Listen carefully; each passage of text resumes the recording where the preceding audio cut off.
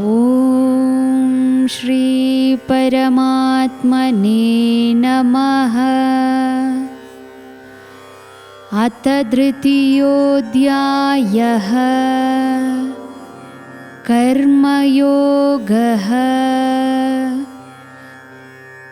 ಅಧ್ಯಾಯ 3 ಶ್ಲೋಕ 9. ಯಜ್ಞಾರ್ಥಾತ್ ಕರ್ಮಣೋನ್ಯತ್ರ ಲೋಕೋಯಂ ಕರ್ಮ ಬಂಧನಃ